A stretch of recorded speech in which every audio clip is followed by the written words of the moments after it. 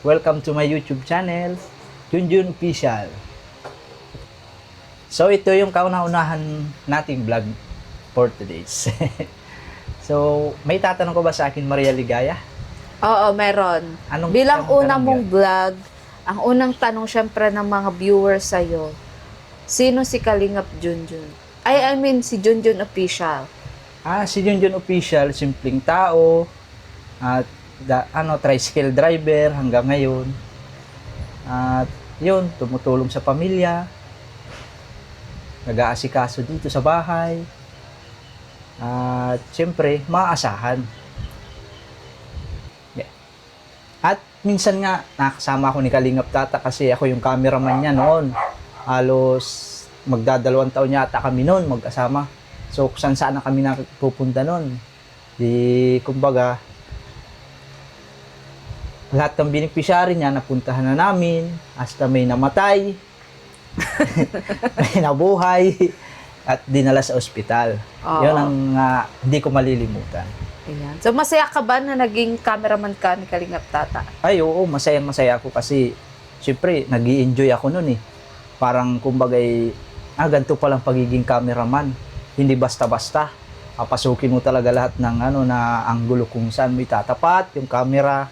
At kumbaga, partida pa ngayon, cellphone pa lang, hindi pa yung kagayang niya Kalingap Rob na mga talaga, yung mga Canon, Sony. Mm-mm. Mas mahirap yun kasi may mga gimbal yun eh. Mm-mm. Kumbaga doon, pulido talaga doon lahat eh. Kaya, kumbaga, may karanasan na din akong maging cameraman. Ayan. Kumbaga, sa pagiging cameraman mo, isa na sa mga natutunan mo, yung tamang anggulo, tapos yung ano pa bang dapat tandaan kapag cameraman ka? Pag cameraman ay lahat ng ng tinuturo ng vlogger, dapat masundan mo yun. Kunwari, ito, si ganito, ganyan, na bumukas yung pinto.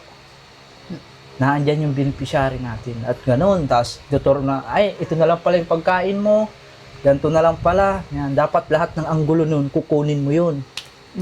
Ganun pala yun. Oo. Kasi parang kumbaga nagsisilbing mata yung camera ng Oo. cellphone. Kasi yun ang nagtatangkilik ng mga viewers. Na kumbaga, doon sila talaga natangkilik na makikita lahat nila na kung saan na tuturo yung yung kamay. Doon mo ipapasok yung camera. Kaya Ayan. lahat ng anggulo ng camera dapat nakatingin ka din diyan. Hindi lang yung basta ka lang nakakamera. hindi yung basta mo lang nakatutok sa kanya, okay na. Oo. Talagang pinag-aralan ko talaga yun, na talagang bumilib naman sa akin si Tata. Ni minsan nga, walang sound. Pero inulit namin yun. Oo. Kasi yun, technical error, lahat naman, hindi naman talaga lahat ng tao ay perfect. Talagang may may technical error. Siyempre, minsan doon di sa mic, walang sounds, hindi kaya doon pagsalpak mo ng mic. Kaya, mahirap talaga maging cameraman. Kumbaga sa'yo nakasalalay Yan. yung vlog niya. Oo. Kumbaga, ikaw na ang bahala dun sa vlog ko na ganito, ganyan na okay yung sound, okay yung effects, okay yung tutok, tapos yung hindi against the light. Kaya ako pag nasabi ako kay Kalingap Tata o di kaya sa iyo na pag against the light, pag ikot ka doon, kumbaga, parang director ka din eh. Oo. Ibabaling mo yung para kumbaga makita yung tamang position ng kulay. Ayun. Grabe, ang dami mo na agad natutunan sa loob ng 2 taon. Syempre, 2 taon yun eh. Sa bagay. At yun nga, maliban sa 2 taon na pagiging cameraman, so ngayon, dati nasa likod ka lang ng camera. Ngayon nasa harap na. Ayan. At nagkaroon na din ng channel. Oo. So, ano yung isa sa mga kahinaan mo? Sa Kahinaan mo sa buhay? kahinaan Sa ko sarili? buhay. Ang kahinaan ko sa buhay dati, yung hiya. Hiya. Mahiyain ako noon. Kaya noon na nagka-camera ako, hindi pa ako nagpapakita talaga. Sabi ko kay Kalingap Tata, wag mo na muna at ako'y nahihiya pa. First time. Tsaka hindi lang ako naging cameraman ni Tata, driver pa. Ay, oo nga. Kasi Yes. kinuha din akong service ni Kalingap Tata. Kaya 2 purpose din ang ko noon eh. Oo. Ang talent ko sa kanya, driver na, personal pa. PA pa, Oh, cameraman pa. Lahat na. Lahat na, nandun na. Ano bang mga sasakyan ang kaya mong i-drive? Tricycle, motor, tapos ngayon nag-aaral ako ng 4 wheels.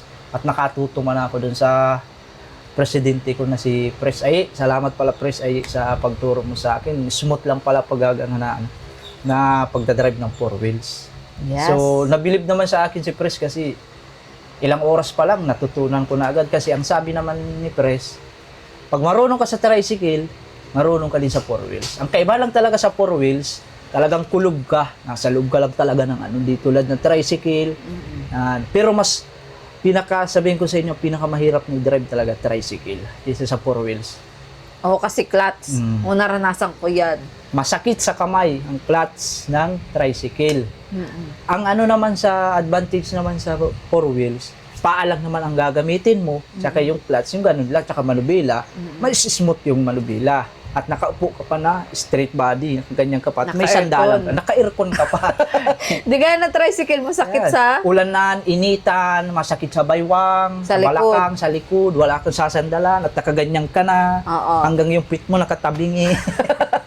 So ngayon pala, kaya nag-level up ka na rin Oo. ng na 4 wheels. pagdadrive. Oo. Para kumbaga may matutunan pa tayong mag-angat-angat, di ba? Mag-level up. Hindi naman yung habang buhay na naandun lang ako sa level 1. Oo. Kumbaga, tumaas din ako. Parang sa trabaho, pisa ka janitor, mapopromote ka hanggang ma-team leader ka. Yan. Kasi yan din yung dati mong trabaho. Oo, ganyan trabaho ko sa HP. Sa HP naman, 6 years ako. Utility clerk. Yun. Umpisa ako nun hanggang Ilang taon ka doon? 6 years. 6 years ako doon nagtrabaho na nag-umpisa sa mababa ng sahod. 265, nag-280, 310, hanggang nakamit ko yung 375. Hanggang doon lang ako. Tapos may mga naman, yung parang insurance, yung mga incentives, nakukuha ko naman. So, kumbaga marami ka ng experience Madami talaga ng experience. sa buhay. Anong masasabi mo sa isang pagiging charity vlogger? Ay, ang masasabi ko sa charity vlogger, kakabilib. Saka hindi basta-basta. Kasi simula na naging vlogger ka, Barya Ligaya, doon ako din na-inspire. Kasi, ganito pala. Lahat pala, ganito gaganyanin. Kahit ikakain mo na lang, ibibigay mo pang kusang loob para lang din makatulong ka. Kasi naranasan na natin yun, di ba? Na walang-wala na tayo, namigay ka pa, pero walang yung harang sa gitna na, wag mo ibigay, wala na nga tayo makakain eh. Kumbaga, give and take. Kumbaga, kung may bigay ka sa iba, may babalik sa'yo na siksik-liglig. At yun na nga yun. Kumbaga talagang choice mo na suportahan ako. Hindi ka napilitan. Hindi ako napilitan. Kasi, yun naman ang gusto mo. Kumbaga, yun na din ang nagustuhan ko. Kung ano nga ang gusto ng isa, gusto na din ng lahat. So, kumbaga nung napasama ka sa amin ni Kalingap Tata sa mga misyon, nag-enjoy ka rin ba? Enjoy ako kasi nagagala mo talaga lahat eh. Saan ka lang pupunta. Lahat ng bayan pupunta mo dito sa Camarines Norte. Tapos tricycle pa yung gamit. Yes. Nakarating na nga ng Sur. Hindi ka pa vlogger niyan. Hindi pa ako vlogger noon. Nakarating ng Antipolo, Oo. Rizal, Maynila. Kaya lahat ay nadanasan ko pero talaga nakakabilb ng charity. Kaya hindi basta-basta palang ginagawa ni Kuya Bal. Na pag tumulong Kasi papatulpo ka. Kasi papatulpo ka. Huwag ganun. Mahirap. Ayun. At 'di ba nga minsan, anong masasabi mo sa mga charity vlogger na minsan nakaka-experience ng mga ganon? Ay, nakakaano nun ay kumbaga dapat tingnan muna nila na kumbaga yung pagtulong talaga ng Kalingap na andyan talaga, suporta talaga lahat. Kaya dapat wag sila yung may magchuchu lang sa kanilang ganito, ganyan na iwanan mo na ganyan. Pangit naman yung kasi nakita mo doon sa isang tao na talagang tumutulong siya na bukal sa loob. Kumbaga, lagi pa rin tumanaw ng utang na loob. Huwag mo silang babaliwalay na ay, nagkitaan niya sa akin kasi tig-vlog ako. Pero kung hindi ka naman tig-vlog, wala ka naman hindi ka naman naangat. Bagsak ka pa rin, naandun ka pa. Yes. So, maliban doon, sino naman si Junjun Official bilang isang ama? Or papa ni JB Sukal? ni Nonoy? Ako, ito, responsibilidad dito sa bahay, pag-aasikaso ng anak at asawa, nagluluto, nag-helper, kung may ma-sidelinean, nagtatricycle at inuuna yung syempre sa pamilya, pagkain sa araw-araw. Ayan. Sino naman si Junjun Official bilang asawa? Ay, ikaw naman pagsabi niya. Hindi ako. Sa bagay, ako Ikaw ang pagsabi niya. Ayan. So, masaya ka naman ba sa kung anong narating ko ngayon? Ay, oo, masaya kasi hindi natin ma-expect itong ganitong bahay na bato ng pangarap lang natin. Magandang kisame na hindi na tayo tutuluan. Yes, dati hindi ka nakakisam kubo lang. Pag maulan, pag may balat ng kape, susok-sok ko. Kasi para yung sahig, hindi magputik. Ngayon, ang sahig, tiles na. Dahil si lababo. Maganda na yung lababo. Dati, kawayan. Tapos yung lababong nabibiling murahin, na ilang buwan lang kakalawagin na mabili na naman ulit. Kaya, bilib talaga ako sa iyo. Ayan. At syempre, bilib din ako sa iyo kasi nga, alam ko isa sa mga kahinaan mo is mahiyain ka. Mahiyain, oo. Oo. At Siyempre ngayon, may pamilya na, wala nang hiya. Kumbaga na rin ako tumatanda na. Yes. Kasi yan ang dinturo ng magulang. Sa una talaga, nahihiya ako. Kasi siyempre bunso Bunso. Mahihiyain talaga ang mga bunso. Pag pag muuutosan ka na may kainan sa kapitbahay. Punta ka niya doon, paghingi ka niya ng ulam. Ay, ayoko nang ganun. So, bilang mahiyain, paano ka makikisama sa ibang mga vlogger or charity vlogger kung sakali maging charity vlogger ka na? Ano nga yun? Mapipikunin ka ba? Ay, hindi ako mapipikunin. Kasi, paano sasakyan yung mga biro nila? Kasi number 1 yun sa samahan, yung mga biro-biro. Alam ko naman yan kasi nagtrabaho ako. Kasi yan, pag makikipagsama ka sa mga vlogger, para ka na rin nagtrabaho sa isang kumpanya. Pumasok ka sa isang kumpanya, kung ano ang biro nila, makikisakay ka. Biruin mo rin siya. Huwag yung mapipikon ka. Kasi, ganyan din ako. Pero, doon sa trabaho ko, wala akong nakaaway na ganito, ganyan, na mayabang ako. Hindi, wala. Kasi ako nakikisama ako. Kung makikisama ka talaga sa isang tao, kaya sa buo, yung pangkalahatan, makisama ka. Huwag ka mapipikon kasi number 1 ng ganyan. Yes. Pag pikon ka, ay talo ka. Tama. Pagkakaisahan ka. Oo. Tama yun. Oo. Kasi ako nung dapat go with the flow. Naranasan ko yun sa HP. Pero ako talaga yung nanti-trip. Pero yung trip ko na hindi sila mapipikon. Kasi, kumbagay, siyempre, kauna-unahang pasok pa lang. Kumbagay, yung nauna ka pa lang, ikaw matagal na, gaganyanin mo na. Ay, hindi. Kumbagay, give and take ka na lang. Yan, tama yan. Sa mga rules, halimbawa, kagaya niyan sa Team Kalingap, may mga rules. Willing ka ba na sundin ang mga rules? Ayo, lahat naman ng mapasukan mo, may mga rules talaga. Yan, lahat talaga may rules. Kung ano ang rules, sundin mo. Kasi yun ang napag-usapan. Kasi una-una, kumbaga sa kumpanya, nagpasok ka, syempre buo na yun. Ay kung may rules na doon na ganun, sundin mo na lang. Huwag kayong, ay hindi ko susundin yan, ganito, ganyan. Ay hindi naman, pangit naman yun. Yes, tama. Kasi pumasok ka nga sa ganyan, kung ano ang rules nila, sundin mo. Na bawal ganito, ganyan. O sige, okay lang. Yan. So, ano ang pangarap mo sa buhay? Pangarap ko sa buhay, matapos tong bahay. O kasi di pa Di pa tapos. May kisame dito, wala doon. May kisame dito, wala doon. Tapos, ano pa ba? Ayun lang.